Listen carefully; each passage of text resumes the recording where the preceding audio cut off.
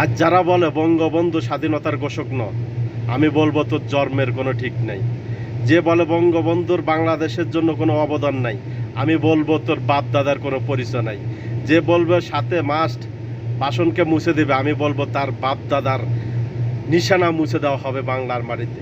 যে বলবে বঙ্গবন্ধু বাংলার মাটিতে থাকতে পারবে না, কোনো নিশানা থাকতে পারবে না, এই খোদার কসম করে বলতেছি, আমি বলতেছি তোদের 14 গোষ্ঠী ধ্বংস নির্বংশ করে দেবে ইনশাল্লাহ। শুধু সময়ের অপেক্ষা। বঙ্গবন্ধুর আদর্শকে যারা লালন করে, বঙ্গবন্ধুর প্রত্যেকটা ভাষণ যারা লালন করে, তাদের ভিতরে রক্ত টকবক টকবক করে ওঠে।